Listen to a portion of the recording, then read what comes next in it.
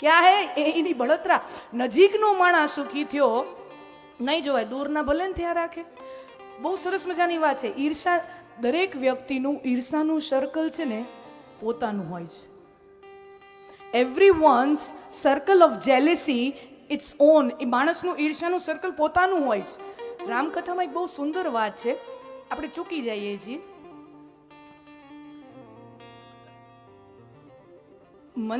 જ્યારે આ સમાચાર આવ્યા કે ભગવાન રામનો રાજ્યાભિષેક કરવાનો છે, એવો નિર્ણય લેવામાં આવ્યો કે આવતીકાલે રાજ્યાભિષેક છે, તો આ વાત છે ને હજી બધે બહુ જાહેર ન થઈ. નજીકના લોકોમાં જ હજી એનો પ્રચાર થયો કે આવી રીતે આવતીકાલે શ્રી રામનો રાજ્યાભિષેક થવાનો છે. તો કૌશલ્યાજીની દાસી મહેલની અટારી એટલે અગાસી ઉપર હતી, અને એ જ સમય, ये वाल्मीकि रामायण में ये प्रसंग है. इट इज नॉट सम આ કોઈ કાલ્પનિક વાત નથી. વાલ્મીકિ રામાયણમાં પ્રસંગ છે કે આનો વાત મંથરાને કઈ સુધી કેવી રીતે પહોંચી, એનો ઘટ વિસ્ફોટ વાલ્મીકિ આ રીતે કરે છે કે કૌશલ્યાજીની દાસી અગાસી ઉપર હોય છે, અને સંયોગવશ, વેરી રેન્ડમલી શબ્દ છે ત્યાં, સંયોગવશ મંથરા પણ એ જ સમયે અગાસી ઉપર હોય છે. બાય રેન્ડમ ચાન્સ મંથરા અગાસી ઉપર છે, કૌશલ્યાની દાસી છે. હવે તમે સમજો, મંથરાએ કૈકેયીના કાન ભર્યા અને તમને એમ થાય કે એને શું જરૂર છે કૈકેયીના કાન ભરવાની. હવે એને રામ રાજા બને, ભરત રાજા બને, મંથરાને શું? તમે સમજો, આ પ્રસંગ સમજો. રામ રાજા બને કે મંથરાને ભરત રાજા બને, મંથરાની આર્થિક સ્થિતિમાં કોઈ ફરક આવવાનો છે? She is only going to be a dasi only. એ દાસી હતી, દાસી જ રહેશે, એની સ્થિતિમાં કોઈ ફરક નહીં આવી જાય. તો એને બળતરા, હું કહું, કૈકેયીજીને પેલા બળતરા નહોતી ઉપડી, પણ મંથરાને ઉપડી. શું કામ? આપણે ચૂકી જઈએ છીએ. વાલ્મીકિજી સરસ મજાનો સ્પષ્ટતા કરે છે. મંથરા ઉપર ગઈ, મંથરાએ કૌશલ્યાની દાસીને હરખા આનંદમાં જોઈ, હરખમાં જોઈ. કીધું, કેમ ભાઈ, એટલી મજામાં કેમ છો, એટલી આનંદમાં કેમ છો? તો કે તને સમાચાર નથી મળ્યા? ये भी दासी है, ये भी दासी है. तने समाचार નથી મળ્યા? અમારી કૌશલ્યા માતાના કુંવર શ્રી રામનો કાલે રાજ્યાભિષેક છે. હા, અત્યાર સુધી મંથરાને કાંઈ ફરક પડતો નથી. શ્રી રામ રાજા બને તો કૌશલ્યા માતા રાજમાતા બને. હવે કૌશલ્યાજીની દાસી બોલે રામ રાજા બને તો રાજાની માતા હોય, રાજમાતાનું પદ મળે એને. હજી સુધી બરાબર. પણ હવે ત્રીજું વાક્ય જે કૌશલ્યાજીની દાસી બોલે છે કે કૌશલ્યાજી રાજમાતા બનશે અને હું રાજમાતાની દાસી કહેવાઈશ. Now comes the problem. Here comes the problem. કૌશલ્યાની દાસીએ કીધું કે હું રાજમાતાની દાસી કહેવાઈશ. અહીંયા મંથરાને બળતરા ઉપડી. આ રાજમાતાની દાસી ને હું તો સાધારણ રાણીની દાસી થઈ જઈશ. ઈર્ષાનું સર્કલ વ્યક્તિનું હંમેશા પોતાનું જ હોય છે. વ્યક્તિ ઈર્ષા છે ને પોતાના લેન્સ ઉપર આવીને કરે. તમે સમજી લો, કોઈ મંદિર હોય અને એમાં કોઈ મોટા ખાનદાનની પુત્ર વધુ હોય, એના ઘરે સમજી લ્યો કે એના દીકરાનો જન્મદિવસ હોય અને બહુ ધનાઢ્ય ગર્ભ શ્રીમંત પરિવારના પુત્ર વધુ છે ને એના દીકરાનો જન્મ હોય, તો હવે એમ થાય ને કે સારું દાન પુણ્ય કરવું જોઈએ, સારી જગ્યાએ આ બધું કરવું જોઈએ. એ મંદિરમાં જાય અને ત્યાં મંદિરની બહાર ભિક્ષુકોની લાઈન બેઠી હોય. મંદિરમાં ભગવાનના દર્શન કરી આવે, પછી ઉતરે, ત્યાં પછી ઓલા ભિક્ષુકોની લાઈન બેઠી હોય. હવે ગાડીમાંથી ઉતર્યા છે, હોય 1 લાખ રૂપિયાની એને સાડી પહેરી છે, 25 લાખના ઘરેણા છે, એકદમ ગર્ભ શ્રીમંતની પુત્ર વધુ છે, 25 લાખના સરસ મજા રિયલ ડાયમંડના જ્વેલરી છે એની. એ વ્યક્તિ જાણે એમ થાય કે સાક્ષાત લક્ષ્મીનો જ અવતાર છે એમ થઈને ફરતા હોય, અને હાથમાં નોટોનું બંડલ હોય. ભિક્ષુકો અહીંયા બેઠા હોય, એ છે ને બધાને 10-10, 20-20 જેનું બંડલ હોય 20-20 રૂપિયા આમ નાખતા જાય બધાના કટોરામાં. અને કોકના કટોરા, એટલે બધાનું ધ્યાન તો હોય ને કોના વાટકામાં શું પડે. ત્યાં નીચે બેઠા હોય લાઈનમાં દાન લેવા વાળા, તો એ બધા જોયે ને કોના વાટકામાં શું પડે. કોકના વાટકામાં ભૂલથી 2 નોટું આમ સરકીને વહી જાય, ત્યાં બધાની મુંડી આમ આનામાં 2 ગઈ.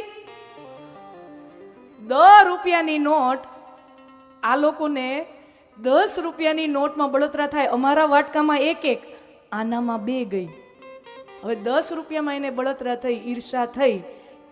એને ઓલી સ્ત્રીને જોઈને ઈર્ષા ન થતી, અરે રે રે લાખ રૂપિયાની સાડી પહેરી.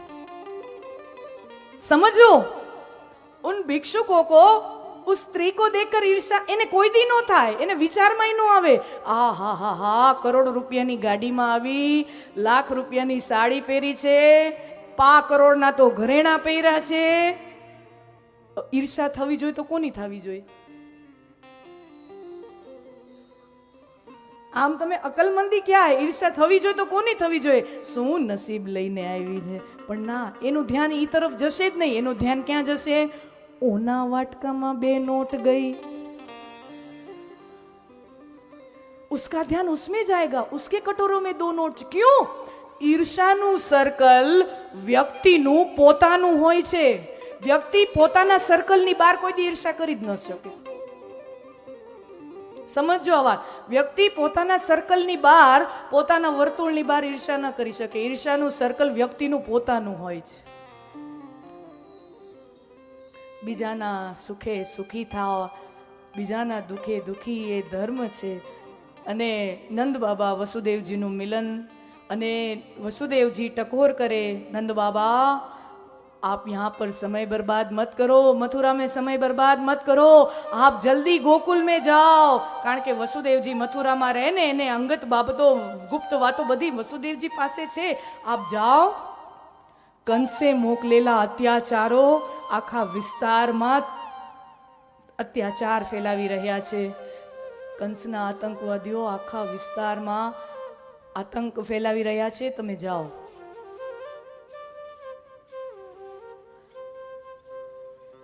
અને નંદ બાબા ગોકુળમાં પહોંચે એ પહેલા 6ઠા દિવસે, કથા છે જન્મને 6 દિવસ થયા છે, 6ઠા દિવસે નંદ બાબા ગોકુળ પહોંચે એ પહેલા કંસેન પ્રહિતા બાલઘાતિની ઘોરા પૂતના. નંદ બાબા ગોકુળ પહોંચે ઈ પહેલા કંસે મોકલેલી પૂતના રાક્ષસી ગોકુળમાં આવે છે.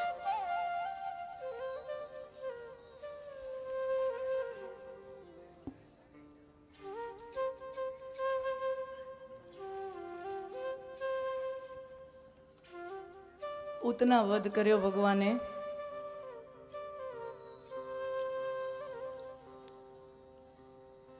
તૃણાવર્ત વંટોળિયો આવે છે. ભગવાને પોતાનો કદ વધારી તૃણાવર્તનો સંહાર કર્યો. અને પછી નામકરણનો પ્રસંગ છે. મથુરાથી ગર્ગાચાર્ય નામના વિદ્વાન આવે છે, યાદવોના કુલગુરુ છે. અને મથુરાથી ગોકુળમાં આવ્યા, નંદ બાબાના આંગણામાં આવ્યા. નંદ બાબા રાજી થયા, આવા વિદ્વાન વ્યક્તિત્વ અમારા ઘરે પધારે. એમનું આદર સત્કાર પૂજન કર્યું. અને નંદ બાબા વિનંતી કરે, ગુરુદેવ આપ અમારા ઘરે પધાર્યા છો. અમારા ઘરે 2 બાળકો છે, એક યશોદાનંદન, એક રોહિણી નંદન. અમારા આ 2 બાળકોનો નામકરણ સંસ્કાર કરાવી આપો. અને ગર્ગાચાર્યજી કહે કે એ તો હું કરાવી આપું, પણ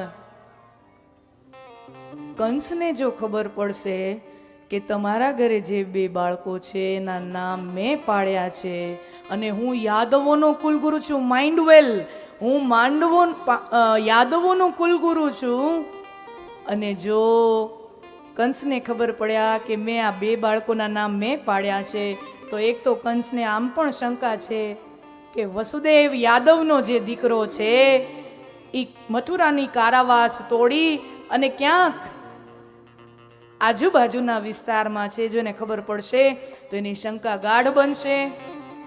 અને ત્યારે નંદ બાબા કહે છે, બાપજી આપ ચિંતા ન કરો, રાજા કંસને તો શું, ગોકુળ ગામમાં કોઈને ખબર નહીં પડે એવી ગોપનીય રીતે આપણે નામકરણ વિધિ કરીએ.